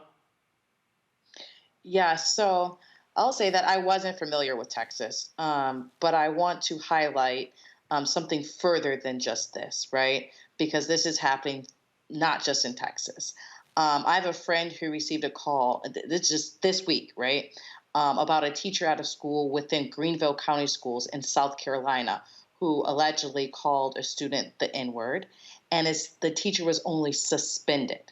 Of course, we'll be asking for the employee to be terminated, but there's also been history in that same school last year for a student being called the N-word and suspended for 2 weeks at that same school. So it's not a one-off instance, right? And it's not just happening in one state. And you can remember probably in the past in South Carolina, the Malden police officer called a student the N-word and was terminated from the school district and the police department. So we just can't allow this to happen.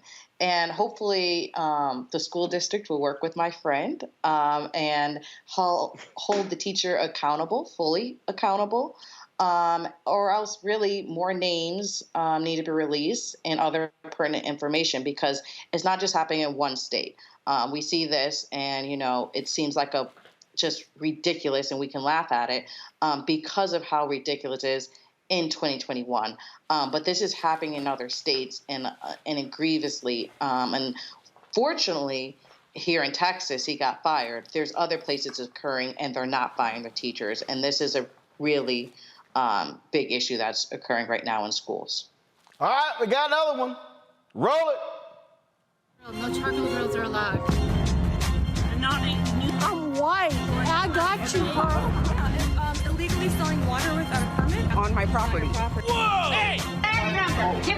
You don't live here. I'm uncomfortable. Well, a Virginia woman is doing all she can to remove 6 books from Virginia Beach schools, including Toni Morrison's The Bluest Eyes, which this fool admits she hasn't read. School board members Victoria Manning and Laura Hughes have come together to demand that 4 books be removed from curriculums based on pornographic nature. Those books include Lawn Boy by Jonathan Evison, Gender Queer by Maya Kobai, A Lesson Before Dying by Ernest Gaines, and The Bluest Eye by Toni Morrison. Listen to what she had to say about Morrison's book specifically. The next book that I did some research on, and I have it here, is called The Bluest Eye. Now, this is approved for high school curriculum in our schools here in Virginia Beach. The Bluest Eye, in several parts, and if you Google this, you can find the language. I'm not going to read it. It is extremely disturbing. It talks in great detail about a father raping and molesting his child and how he got pleasure in it. And this is approved for use in our high school curriculum. These books are vetted. These books are vetted, and it got approved. Manning did add Beyond Magenta by Susan Cuckland and Good Trouble, Lessons from the Civil Rights Playbook by Christopher Nixon on the list, but it's unclear why they are being questioned. Okay, you haven't read the book, but you want to ban the book, and she's like, this is not stuff that high school students should be reading. Are high school students that fragile, Brianna? No. And honestly, it's not surprising that they want to ban, they continue to want to ban the truth. And honestly, the people who need to hear it the most want to. White supremacy is still a thing. And I would love to see efforts locally, these books read and provide discussions, even if they're saying Virginia Beach School Board is not going to do it, but really promoting some of this. And I think it's important in high school to dissect what literature is. These people, if you want to understand what's really going on right now, Kelly, this is why you see the attacks on school boards. This whole BS over critical race theory. It's when idiots like these two get elected. That's part of the problem. I mean, it's a huge problem. Clearly, she does not understand what The Bluest Eye is about. Aside from her not reading it, the fact that that is what she pulled out of it as rationale behind not reading it just shows me how dense she is and how ignorant she is about literature as a whole. I could go into why The Bluest Eye needs to be not only read, but studied in high schools. But beyond that, how is it that The Bluest Eye is banned, but not even Shakespeare? That also deals with core themes that she is against. How come we can still, or high school students can still read Mark Twain, or even the author of To Kill a Mockingbird? All of those books, and then some, deal with some really complicated, layered issues that, by her standards, shouldn't be discussed at all. The whole point of having a diversity of literature in schools, especially something as dynamic as a Toni Morrison novel, expand the mind of what is out there in the world beyond the classroom. How to write about your world beyond that of how to write a basic essay or, some standardized test model. Literature is important. Black literature is important. And clearly she doesn't understand that at all. But we're not dealing with the smartest or the sharpest knife in the drawer, Michael. Well, this is, this whole takeover, this whole initiative to run for school board offices and take over school board offices by conservatives. Part of this is coming from Steve Bannon, who did a podcast on this. This podcast has been downloaded millions of times, and this is an effort also that's financed by conservative right-wing think tanks as well.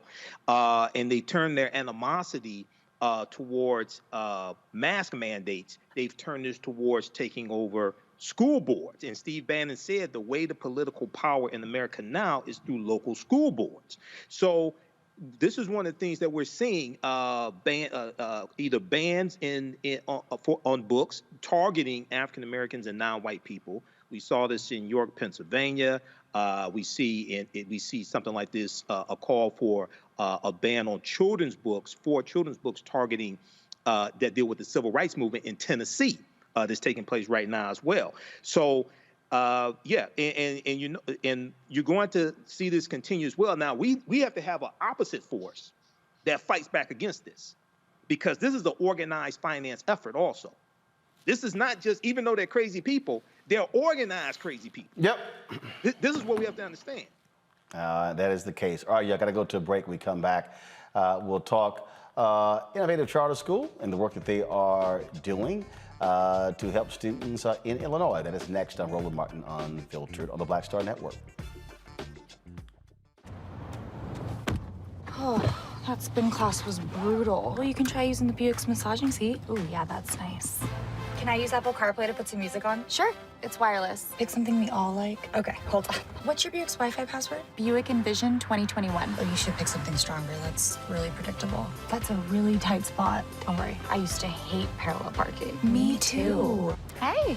Really outdid yourself. Yes, we did. The all-new Buick Envision, an SUV built around you, all of you. Betty is saving big holiday shopping at Amazon. So now, she's free to become Bear Hug Betty. Settle in, kids. You'll be there a while. Ooh, where you going? Hey, I'm Donnie Simpson. Hi, I'm Eric Nolan. I'm Shantae Moore. Hi, my name is LaToya Luckett, and you're watching Roland Martin Unfiltered.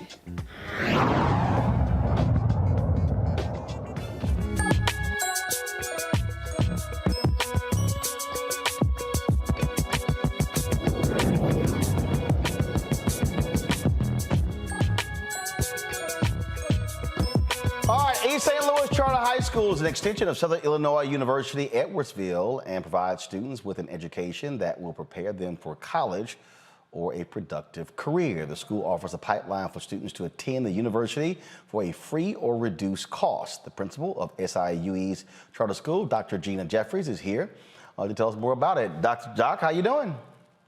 I am doing good, Roland. Thank you all for having me today. All right, then. So first of all, grade level, what students do you serve at your school? We serve grades 9 through 12, and we have 120 rock star scholars. And so how long has the school been in existence? The school has been in existence since 1999. We're kind of a hidden gem here in East St. Louis, but I will tell you, it is a blessing to walk through these hallways each and every single day. And so you talk about this partnership with the university. How does that work? How does it actually, are they getting credits or what's actually happening? Absolutely. Well, how it works is that we are sponsored by SIUE, which stands for Southern Edwardsville University.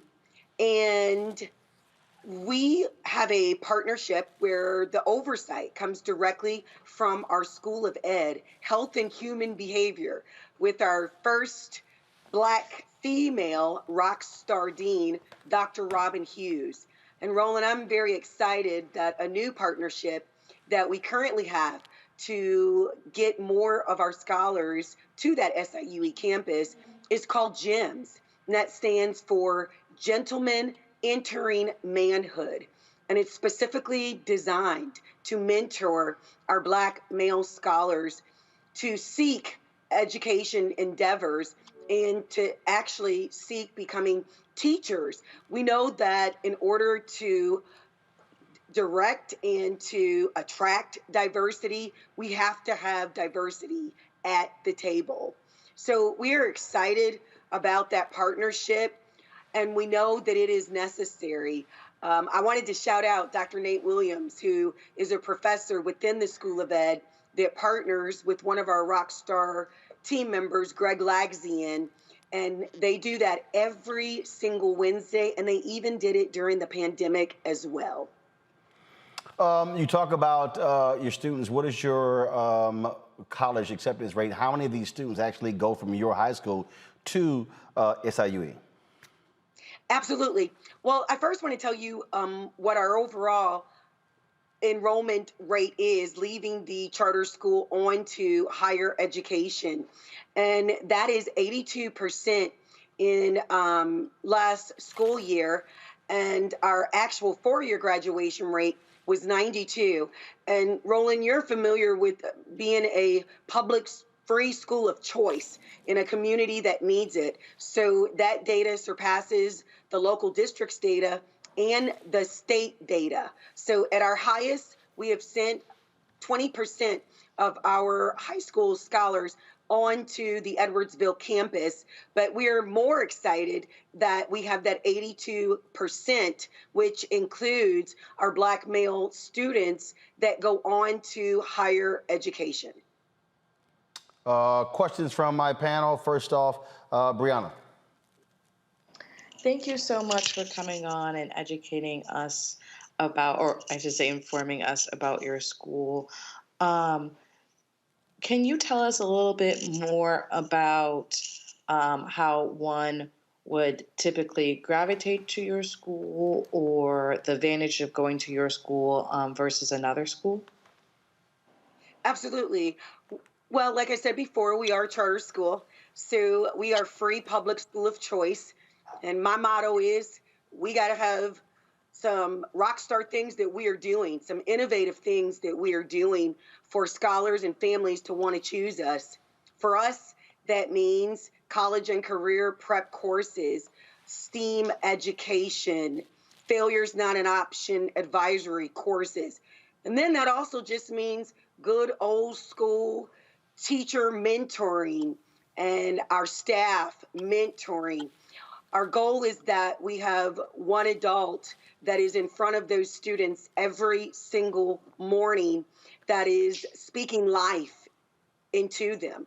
You know, we're in East St. Louis, one of the cities identified as having the most crime rate in the United States. So when they get to our campus, the first thing we have to do is speak life. We have to tell our scholars, you are well able. You can do this. It doesn't matter what society has said. What matters is that we know, according to our own data, that you can be successful. So we start at the 9th grade level with giving our students goals and working with them to set those goals and telling them exactly what our mission of the school is, which is to prepare them for college and career prep. Kelly. Yes, thank you. Regarding, because I know that it's through Southern Illinois University, Edwardsville. So given that fact, in the event that a child does not, or a student rather, does not want to attend that specific university, are there other programs at play to get them into the school of their choice, or just how does that work in general? And secondly, I know that all your students are rock stars, but if you can think of like one story that sticks out that just, you know, really would bring home a great example of a student at your school, I'd love for you to share. Absolutely. So yes, our goal is that you go somewhere, in that whether it's the career pathway or the college pathway. So I came from an HBCU, Lincoln University, Jefferson City, Missouri. where I pledged Delta Sigma Theta Incorporated. And so we bring those personal experiences to our scholars. In today's society, it's not enough to tell them. They have to see it. They have to breathe it. They have to know that just like this adult has achieved success, I can achieve success as well. So we are adamant that during our college and career prep course, that our students begin to fill out those college applications. We bring to the virtual world those college visitations to them. Prior to that, I have a rock star team that has taken our students on college field trips. So we leave East St. Louis and we get out and we give our students career and college surveys to see where their interests are, where their ACT scores, what are their SAT scores, so that we're setting up a realistic plan. A couple of weeks ago, October 1st, when FAFSA opens, we held a FAFSA night for our scholars and their families at 6 p.m. in the evening so that our families could come in and use our technology in order to get those FAFSA paperwork filled out, because we all know first come, first serve. So that's some of the innovative ways. We also do that by bringing in guest speakers, Black and brown guest speakers that look like our scholars, so that they know people that they look like and they can identify with culturally, they can attain it. And you also asked the question, can you have a story? There's so many. And Roland, I gotta tell you that I really appreciated you being vulnerable and showing off your dance skills yesterday when I was tuning in, because you are right. Dancing is absolutely a joy. And I encourage my team members and my teachers, what is your number one signature soul trained teaching strategy that if all else fails, you know you've got that soul trained strategy? And most of the time it is relationships. Relationships is what kept our scholars in our educational platform during this pandemic. You got to think, I'm here in East St. Louis. The majority of my families are headed up by single moms who are essential workers. And so we did school supply pickups where we gave out $100 grocery cards and food. We knew that our families, that was a need, so they would come.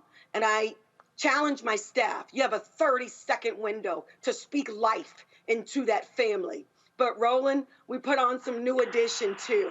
And so some of those single moms, head of households, were coming in there dancing. And that 30-second of joy during a pandemic that hit heavy in our community, I know was life-changing. Joy is contagious. So just about that story you asked me about, we had a scholar who had 1 foot in the streets and 1 foot in the school. And we know that he's smart. We know that he's capable and he's college bound. But when those streets call you and you support your household, we have to be innovative in how we encourage you to get to school. And so school now becomes respite. It becomes a necessity because that scholar knows they're protected when they get in and behind these school doors. And so this particular scholar started a little bit late because he didn't have school supplies. So once our social worker reached out to let him know, we got you, I envisioned my team and I watched them. They were all standing outside of their doors as he was passing by because it had been a couple weeks and we were concerned. And each of those teachers, they did their signature soul train move by high-fiving this scholar, by telling him he was missed, by telling him, we're going to get you caught up, that we're going to offer you some graceful grind, because it doesn't matter where you've been, it matters where you're going. All right, then. And he's being successful now. He's in the classroom. We got him that backpack. We got him those shoes. And so he is being successful. All right. Well, congratulations there. Certainly good luck with the school. And you know what? We're just going to keep churning out great students. Thank you. I appreciate it. Thank you so much for having me. All right, thanks a bunch, folks. Real quick with this here. Henrietta Lacks, whose cells have been provided decades of research, cures, and scientific breakthroughs, received a posthumous award from the World Health Organization. Lawrence Lacks Sr. thanks scientists and researchers for honoring his mother. This is what he had to say. I am Lawrence Lacks, Senior of Henrietta Lacks' son. I want to thank everybody and everything for the award that you ever gave her. And it's very beautiful. And I want to thank you and thank you again. There's no words to say how much this means to me. Thank everybody. Lacks cells were taken without her permission from Johns Hopkins Hospital in Baltimore while receiving cervical cancer treatment. The cells, known as the HeLa line, have been pivotal in creating vaccines and medicine for modern-day diseases. The Lacks family is still fighting for compensation and recognition for Henrietta's immortal cells. And Michael, that's it. Show me the money. That's what I was just thinking. You know, this is long overdue. Yes, we know the lawsuit that Ben Crump filed on behalf of the family on October 4th, the 70th anniversary of the passing of Henrietta Lacks, but also show us the money as well. You know, more than 50 million metric tons of HeLa cells have been distributed globally and have been the subject of more than 75,000 studies. So awards are nice, but show us the money. Absolutely. That's what it boils down to. All right, y'all got to go to a quick break. When we come back, we will tell you about this weekend. Is the 10th anniversary of the MLK Memorial unveiling. We'll tell you what our plans are on Roland Martin Unfiltered and the Black Star Network.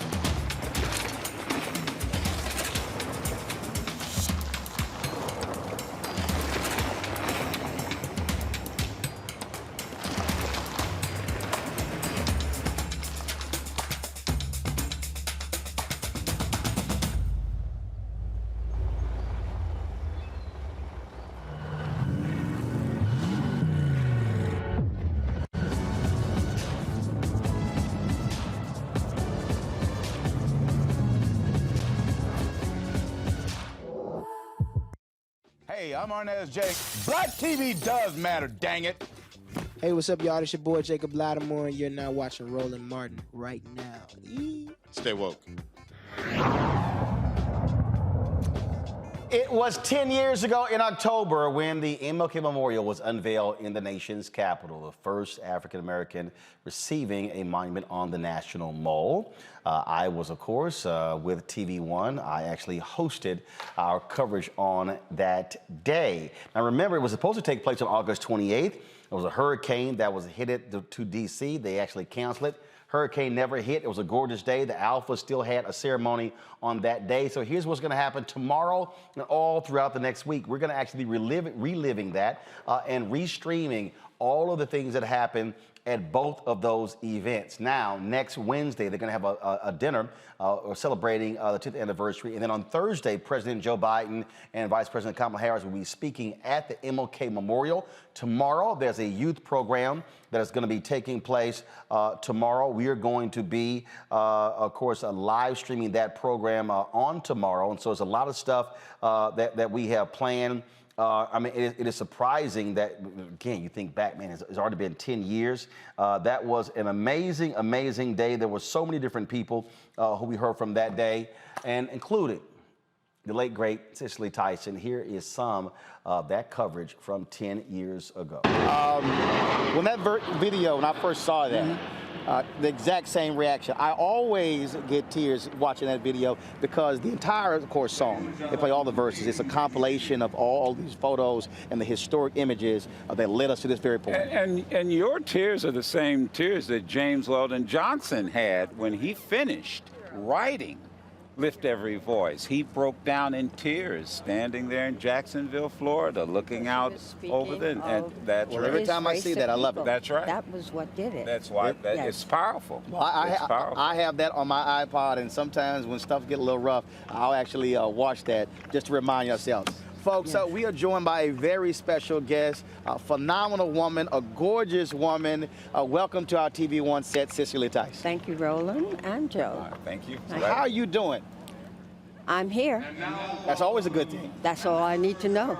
Listen, the other night when we were celebrating Reverend Lowry, Vernon Jordan. His 90th birthday in Atlanta last Sunday. That's right. Vernon Jordan, when it was his turn to speak, said, as a lawyer, I have to give you advice. When you wake up in the morning without pain, you're dead. That's a good point. Ms. Tyson, I got to ask you, this monument, this dedication, your reflections on Dr. King and this amazing movement. Very difficult to define, primarily because it was so monumental. I look at the fact that this was scheduled initially on an earlier date, and Irene dispelled it. I have yet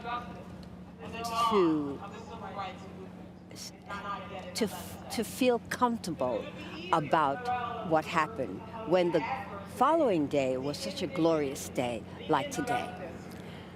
And my mother had a saying about things like this: man appoints, but God disappoints. And my feelings are that that was not Dr. Martin Luther King.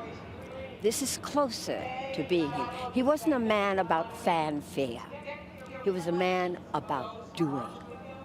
And so I'm comfortable about being here because I think that this was closer to who he was than that might have been. Can I ask the question? Again, folks, amazing stuff. And the thing that, I was going through the video, Michael, Brianna, and Kelly. So here's what happened. So last month, Harry Johnson, who runs the Memorial Foundation, hit me up, and I totally forgot it was the 10th anniversary. And he said they were doing this luncheon. They wanted me to actually host the luncheon, the dinner. And I said I couldn't do it because we're going to be in Atlanta for Global Hope Forum. And so I was like, man, so I can't do it. And so then he said, well, I said, look, you know what? I said, why don't you? I said, do you guys have the video from that particular day? C-SPAN did all the coverage, but we did a broadcast at TV One. And so I hit up Kathy Hughes and I said, hey, what if we partner with you guys and we actually stream that information? And she said, sounds like a great idea. So I talked with Michelle Rice, who's the general manager of TV One. And today I went able and picked up the hard drive. And so not only do we have the video for that full event, and so again, you just saw a portion there. You can go cut to it right now. Again, folks, it was just an amazing day. The people who were out there. But we also shot a lot of other events as well. We shot the pre-concert event. We shot the luncheon. And I'm going through this video, and my God, the number of people who we talked to who are no longer here. You heard her reference right there. Reverend Dr. Joseph Lowry and Vernon Jordan. We lost Vernon Jordan this year. We lost Reverend Lowry last year. I'm looking at the video and I see Reverend C.T. Vivian. We lost him last year. Congressman John Lewis, we lost him last year.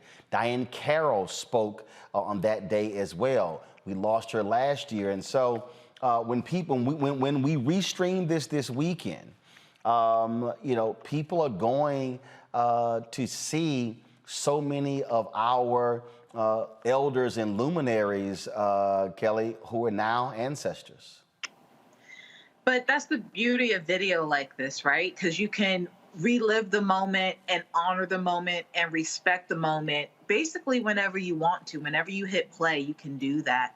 I was just looking at it and smiling because Cicely Tyson, I mean, what a queen she was. The other names that you mentioned, what royalty they were to not only just grace this earth, but to, champion us on our behalf when they got very little thanks for it a lot of the time, especially in the early days of it. So I look forward to seeing the footage and just smiling about it and knowing that, it took a long time for this memorial to come to fruition. And the fact that it did get erected and, was memorialized in this way, but it's still here, still standing, still strong, still a very active attraction to the National Mall itself. I frequent there anytime I get a minute to just, relax and just want to rest and just honor my ancestors in that way. A perk of living in DC. But yeah, I definitely look forward to seeing you stream the footage this weekend. And a lot of folks, a lot of people weren't there. A lot of people who they didn't see it. You got a whole generation of folks who, some who weren't even alive, and so the opportunity to be able to do that, and the beauty of digital, Michael, is that when we look at the linear network, and I'll tell you, I had to fight with the programming executives at the time at TV One for us to air the full deal, and I remember we went toe to toe. It wasn't the folks in charge right now, but the head of programming who's no longer there. She and I went toe to toe about, and I literally said, this ain't gonna happen again in history. So we as a black network, why in the hell wouldn't we do it? I think we can sacrifice our numbers for one day to actually do this major news story. And it was Jonathan Rogers, who was the CEO of TV One. He had let us duke it out, and then finally he was like, we're doing this. And so I appreciate Kathy Hughes and Michelle Rice saying, hey, let's do this, because the opportunity for people to hear those speeches, the performance of Aretha Franklin, of Stevie Wonder, President Barack Obama spoke as well. We also have the video when the Alphas had that event on August, that particular weekend, the weekend in August, because there still wasn't an event that day. And so we have all of that. And so we're going to be showing all of that over the course. And then at one of the lunches, the women's luncheon, there were a couple of people who also no longer with us, Dorothy Cotton. And it was the first time I got a chance to meet her, and she was so excited to meet me, and I was excited to meet her. And also Dr. Maya Angelou. She also spoke at that luncheon as well. Wow. And folks will be able to get to see all of that. Well, Roland, this is historic, and I'm glad you were able to get the hard drive, and I'm glad you're going to re-air this. The day that this originally aired, that should have been like historic ratings for TV One, because as much as I love TV One, how many times can you watch reruns of The Jeffersons and Saff and the Son and Good Times? So this should have been historic. But at the same time, there's a lot of people who have passed away. Dr. King is iconic. Hopefully this weekend people will also read Dr. King's speeches and read his last book, Where Do We Go From Here? Chaos or Community. Chapter 2 is called Black Power, deals with the Black Power movement. We know today is the 55th anniversary of the founding of the Black Panther Party for Self-Defense. Bobby Seale and Huey P. Newton. Huey P. Newton, one of my frat brothers, Phi Beta Sigma Fraternity Incorporated. And also you mentioned John Lewis and James Weldon Johnson. James Weldon Johnson wrote the lyrics to Lift Every Voice and Sing, both members of Phi Beta Sigma Fraternity Incorporated. So this is a historic day. That's all you got. Weekend. That's all you got. Sure. But I just want you to remember. But I just want you to remember, the dedication is the statue, is a monument to an alpha. Just want you to know that. You got to bow down. You got to bow down. I understand that, but sometimes you have to get up also. Yeah, you got to get up. But when you get up and you look up, all you can say is, there goes an alpha man. Right. Oh, yeah, he was a great alpha man. I agree with that also. I just want you to remember that. Brianna? Yes, I think the ancestors would be very pleased. This is going to be a lovely memorial, and re-showing it, the ability to capture and re-show history for future generations, especially the millennials, and underneath. It's going to be a great opportunity. And, reflecting on a lot of the Black Americans who came before me, who fiercely broke down barriers and allowed me to do a lot that I'm doing in some of these spaces as being the first Black woman. I think that this space and showing it from Maya Angelou to Martin Luther King is very, very powerful. And I love that, it's happening outside of February. And just, keep on remembering the fight that we're in and, standing up and challenging power and having the opportunity to do this work and just, bask in who came before us while we're still in this fight. Absolutely. And so we look forward to it. And so at 11 a.m. Eastern tomorrow, we're going to live stream the ceremony that's taking place at the MLK Memorial.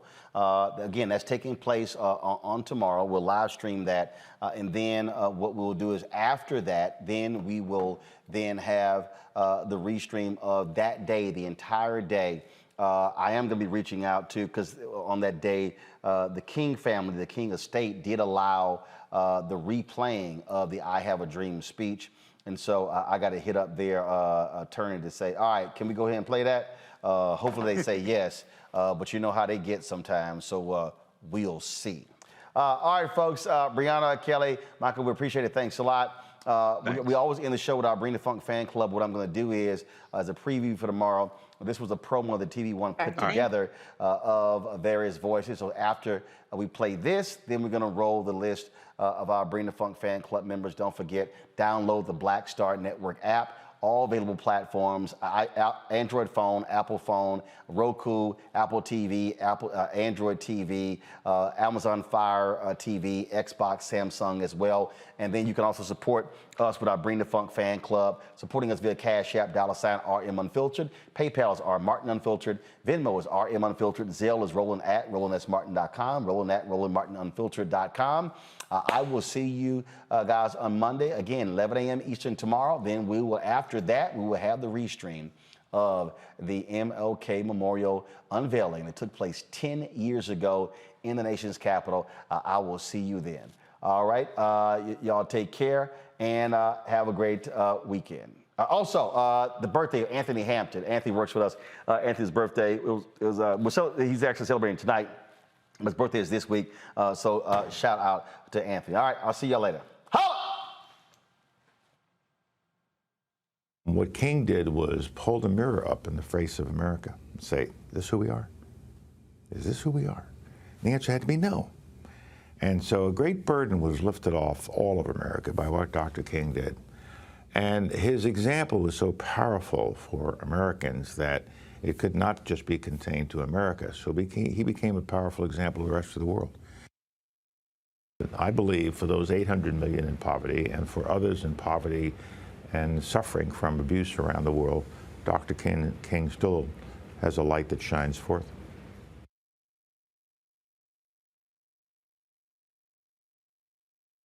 To say I love you is very nice, but when it's challenged and you can return love in the midst of that challenge, that's when you know it's really there. It's really there. It's real at that point. I don't really know that I love you. It's something I repeat because I know how to say the words. But when you are hating me and I can still love you, that's when rubber hits the road.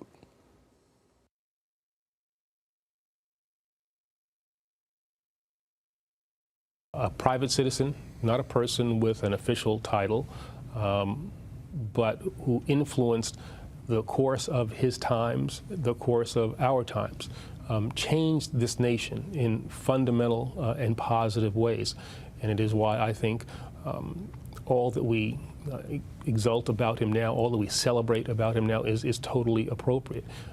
He is a seminal figure in the history of this nation. Well, I think the essence of Dr. King was that he saw laws that were unjust, he broke them, but was willing to suffer the consequences of breaking those laws. He was a person I think believed in the rule of law, and he wanted to change those laws that were unfair. Oh, he was a radical. Radical for his time. He seems less radical now because he changed this nation. The situation that he dealt with had been going on for 100 years. Segregation was an accepted thing in the South, not paid, I think, too much attention to in the North. And he essentially said, we have to change this, and we have to change this now.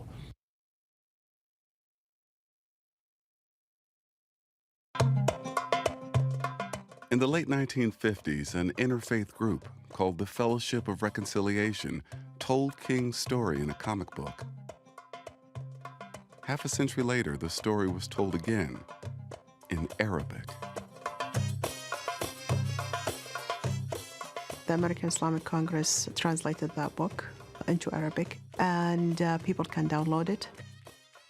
People are very excited to have it as a tool to help them in their struggle.